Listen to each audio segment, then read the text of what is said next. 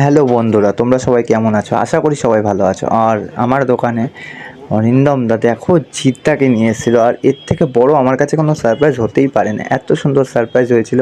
তো ভিডিওটা পুরোপুরি দেখো, কেমন লাগছে বলবে কিন্তু অবশ্যই। সারপ্রাইজটা কি দেবরিন ভাই জানো? না। তো দেবরিন ভাই সারপ্রাইজটা জানে না, তো চলো সারপ্রাইজ ভাইকে দিচ্ছি। তো আমাদের সঙ্গে এসছে আমাদের সবার প্রিয় দাদা, আমাদের ডিবাপির দাদা অনির্বাণ দা।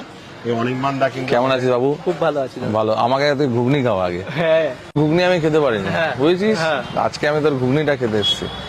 আগের দিন আমি তোর ঘুগনি খেতে পারিনি, তোকে কিন্তু আমি বিরিয়ানি খাইয়েছি। একদম ঠিক তো? একদম ভালো খেয়েছিস তো? একদম। তা আরে আজকে আমি দাদা আমাকে বিরিয়ানি এত খাবে। এত বড় দিস না। তোমরা যেহেতু ভিডিওটা দেখতে পাচ্ছ যে অনির্বাণ দা এসেছিল, আর কি বলবো, অনির্বাণ দা এসে আমার ঘুগনি খাওয়ার জন্য এতটা এক্সাইটেড ছিল, কারণ দাদা নেক্সট প্রথমবার যখন এসেছিল আমার দোকানে ঘুগনি দাদাকে আমি সার্ভ করতে পারিনি। কিন্তু তবে এইবারে কিন্তু আমি দাদার জন্য ঘুগনি আলাদাভাবেই রেখেছিলাম। তো দেখো ভিডিওটা। আরে টক জল আছে না? হ্যাঁ, টক জল দে একটু। তো দেখো এই যে ভাই ঘুগনি দিচ্ছে। আমার মানে সৌভাগ্য হয়নি, ওর আগের দিন ওর ঘুগনিটা খাওয়ার সেই সৌভাগ্যটা ছিল না, যেহেতু শেষ হয়ে গেছিল। হ্যাঁ হ্যাঁ, যা যা হয় তুমি ভাই এত পরিমাণে সেল করছে যে আমাদের যে দাদাদের জন্য রাখার আর প্রয়োজন বোধ মনে করছে না। তো যাই হোক, না না আমার বাহ। কাছে সবচেয়ে বড় সারপ্রাইজ দাদা তুমি এসেছো। না এটা কোনো না, এটা এটা আমার মানে তোর কাছে আসা মানে আমার কাছে একটা বিশাল মানে আমার একটা ভালো লাগা, তোর কাছে আসা মানে। তো দেখো আজকে তোকে আমি ভালোবাসি মন থেকে। অবশ্যই তো সারপ্রাইজ তো আমি তখনই পেয়ে গেছিলাম যখন আমার দোকানে দাদা এসেছিল, অরিন্দম দা। আর অরিন্দম দাকে নিয়ে এসেছিল আরিকা অরিন্দম দা। তো বলতে পারো ভিডিওটা জমছে, আর এই দুটো দাদা সত্যি আমায় খুব ভালোবাসে, প্রচুর ভালোবাসে, খুব সাপোর্ট করে। ভাইরা কিন্তু এই সবার অনুপ্রেরণা, আর অনির্বাণ দাও কিন্তু অনুপ্রেরণা।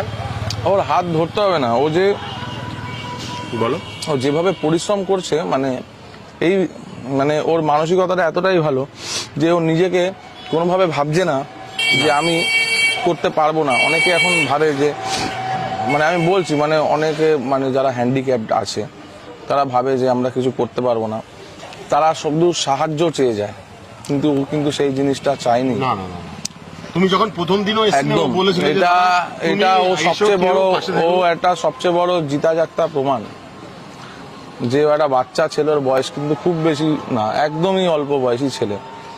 ও আজকে এই ঘুগনিটা বিক্রি করে সংসারটা চালাচ্ছে এবং বাবা মাকে সহযোগিতা করছে। এবং বাবা মাকে সহযোগিতা পর্যন্ত করছে।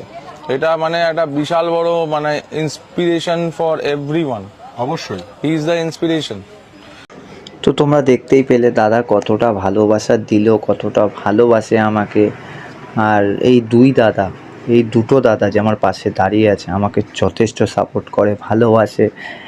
এই সাপোর্টটাই আমার দরকার, ভালোবাসাটাই দরকার। আর্থিক ব্যাপার নিয়ে আমার কোনো রকম দরকার নেই, তোমরা ভালোবাসাটা দিচ্ছ, এটাই আমার কাছে অনেক। ভিডিওটা ভালো লাগলে লাইক, কমেন্ট আর সাবস্ক্রাইব করে